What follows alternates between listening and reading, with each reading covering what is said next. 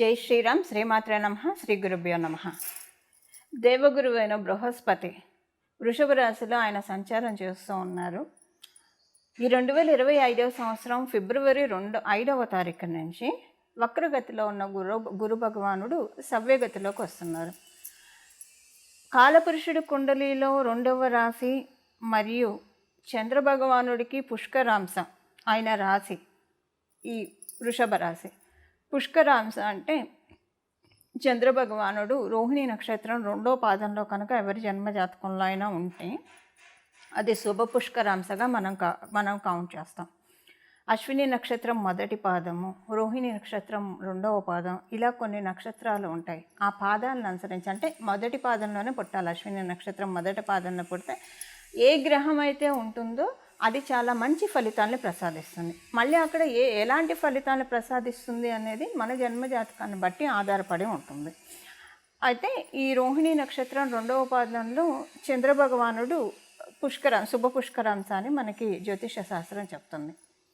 ఈ వృషభ రాశిలో గురు భగవానుడు వక్రగతి నుంచి బయటకు వస్తున్నాను. వక్రగతిలో నుంచి ఆయన బయటకు వచ్చినప్పుడు ద్వాదశ రాశుల వాళ్ళకి ఎలాంటి ఫలితాలను ఆయన ప్రసాదిస్తున్నాడు. అందున కాలపురుషుడు కుండలిలో 2వ రాశి ఆయన వృషభ రాశి, శుక్రాచార్యుల వారి రాశి. మనకు వచ్చే రిసోర్సెస్ అన్నీ కూడా అదే సూచిస్తుంది, వృషభ రాశి సూచిస్తుంది, ఎక్కువగా సూచిస్తుంది. మిగతా హౌసెస్ కూడా మనం చూడాలి, but major primary డిటర్మెంట్ house 2nd house అని మనం చెప్తాం. అయితే గురు భగవానుడు జీవకారకుడు కాబట్టి ఇప్పుడు ఇన్నాళ్ళు ఆయన వక్రగతిలో ఉన్నాడు. ఇప్పుడు సవ్యగతిలో వస్తూ ఏ విషయాలకి ఆయన జీవాన్ని పోస్తూ ఉన్నాడు, ఏ విషయాలకి ఆయన జీవాన్ని పోస్తూ ముందుకు నడిపిస్తూ ఉన్నాడు అన్న విషయాన్ని మనం ఇప్పుడు ద్వాదశ రాశుల వారికి కూడా విడివిడిగా మనం చూద్దాము. గోచారంలో చాలా అనేక శుభాంశాలు ముందు చోటు చేసుకోబోతూ ఉన్నాయి. అవన్నీ కూడా నేను రాబోయే వీడియోలో తెలియజేస్తాను. రాబోయే రోజుల్లో తొందరలోనే పోస్ట్ చేస్తాను అవన్నీ. ఇప్పుడు ఈ సమయంలో కాలపురుషుడు కుండలిలో ప్రత్యేకమైన యోగం ఏంటంటే శనైశ్వరుడు కుంభరాశిలో సంచారం చేస్తున్న సమయంలో గురు భగవానుడు వృషభ రాశిలో సంచారం చేయడము. అంటే దీనికి విశేషం ఏంటి అంటే శనైశ్వరుడు శశమహాపురుష యోగాన్ని ఇస్తూ ఉన్నాడు కుంభరాశిలో ఉంటూ. అంటే కాలపురుషుడు కుండలిలో నుంచి కదా స్వస్థానంలో ఉంటే కొన్ని రాశుల వాళ్ళకి శశమహాపురుష యోగం అప్లికేబిలిటీ ఉంటుంది.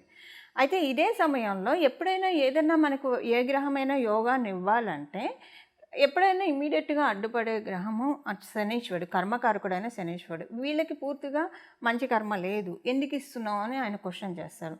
అప్పుడు ఏం చేస్తారంటే మనకు ఒకవేళ బాగా ఉంటే కనుక ఆయన ఎక్కువ వరాలను ఇచ్చేస్తారు. ఒకవేళ పూర్వజన్మ కర్మ ఈ జన్మలో మనం తెలియక చేసుకున్న విషయాలు ఏమైనా మనల్ని బాధించే ఉంటే కనుక అవి క్యాన్సిలేషన్ చేసేస్తారు. అంటే మనం బాధపడము, ఆనందము పడము, యావరేజ్ అయిపోతుంది అక్కడ. అంటే నగేట్ అయిపోతుంది. కొన్ని దోషాన్ని నగేట్ చేసేస్తాడు శనీశ్వరుడు. ఎందుకంటే ఆయన న్యాయ నిర్ణేత, జస్టిస్ ఇవ్వడంలో ఆయన కరెక్ట్గా ఉంటాడు. ఇంకా దేవగురువైన బృహస్పతి గురించి మనందరికీ తెలిసిందే. ఆయన ఎప్పుడైనా సరే మనల్ని సేవ్ చేయాలని చూస్తాడు, మనల్ని ధర్మ మార్గంలో పెట్టాలని చూస్తాడు.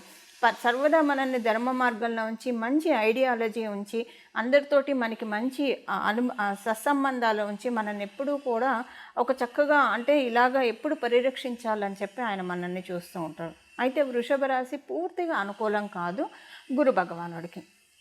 ఆయన సవ్యగతిలో ఉన్న ఫలితాలు 12 రాశుల వాళ్ళకి ఎలాంటి ఇంపాక్ట్ ఉంటుంది అన్న విషయాన్ని మనం ఇప్పుడు చూద్దాం. కర్కాటక రాశికి ఉన్న ఫలితాలు. కర్కాటక రాశికి మీకు లాభస్థానంలో ఆయన వక్రించి ఉండడం వల్ల ఆయన మీకు షష్టాధిపతి మరియు నవమాధిపతి కూడా అయ్యాడు. సో లాభస్థానంలో ఆయన మీకు వక్రించి ఉండడం వల్ల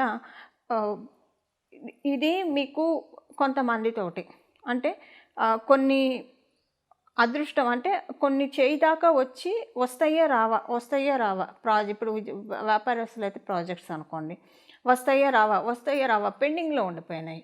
అరే వీళ్ళు తీసుకుంటారు కదా మన దగ్గర నుంచి, ఇంకా తీసుకోలేదంటే ప్రతిదీ అయినట్టే ఉంటుంది, చివరి దాకా వస్తుంది, అద్దంలో మిఠాయిలాగా అయిపోతుంది. కానీ బాగా కూడా ఉంది కొంత, బట్ ఇది కొంత మీరు ఇబ్బంది పడ్డారు.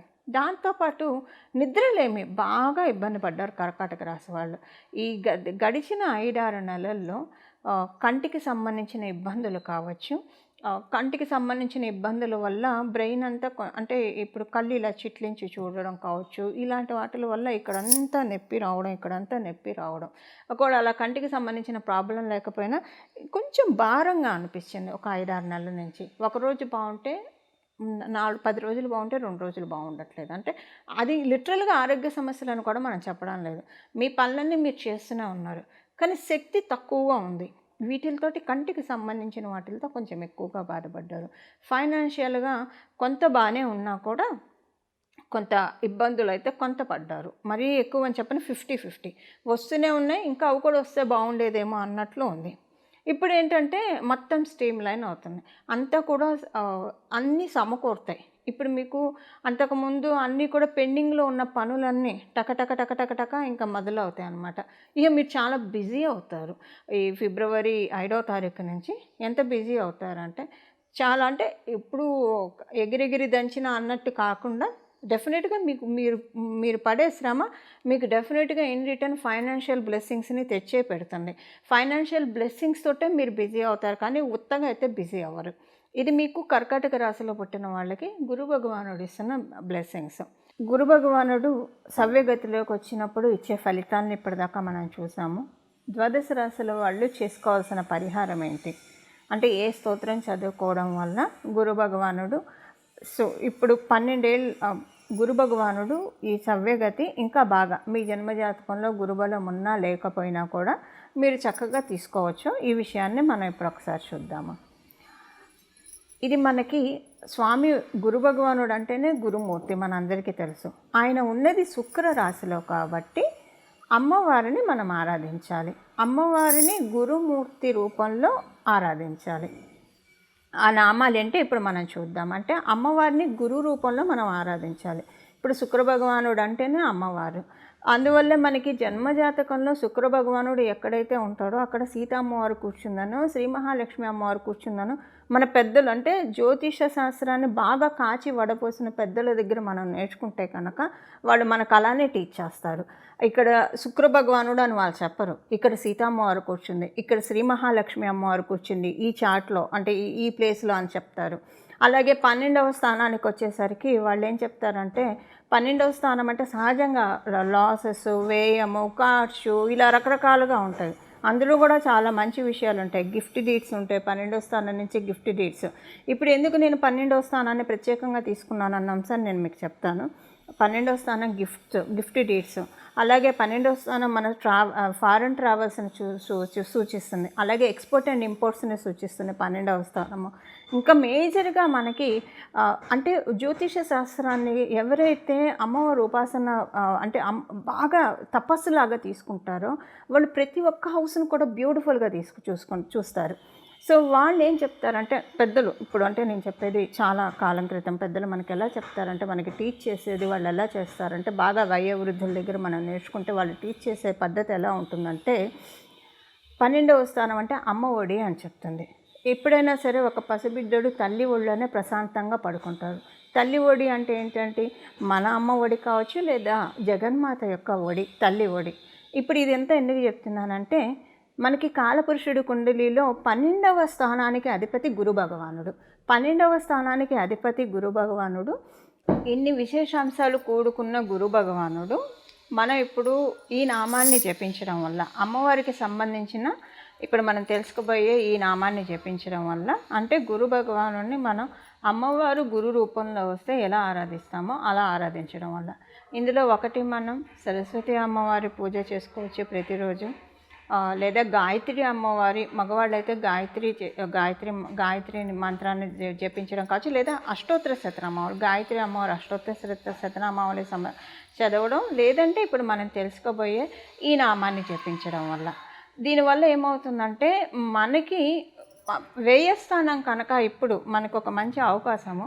అంటే వ్యయస్థానం అంటే మీనరాశి, కాలపురుషుడు కుండలిలో నేను చెప్పేది వ్యయస్థానం, కాలపురుషుడు కుండలిలో మీనరాశి.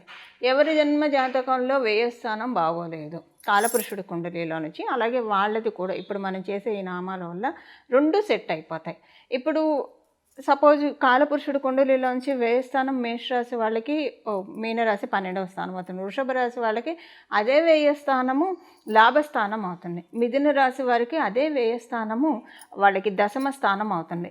కర్కాటక రాశి వాళ్ళకి నవమ స్థానం అవుతుంది.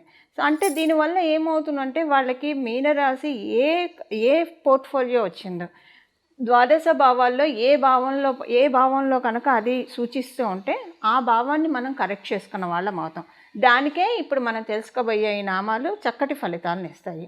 ఒకవేళ బ్యాడ్ ఇంపాక్ట్స్ ఇస్తూ ఉంటే బ్యాడ్ ఇంపాక్ట్స్ని మనం తీసేస్తున్నాయి.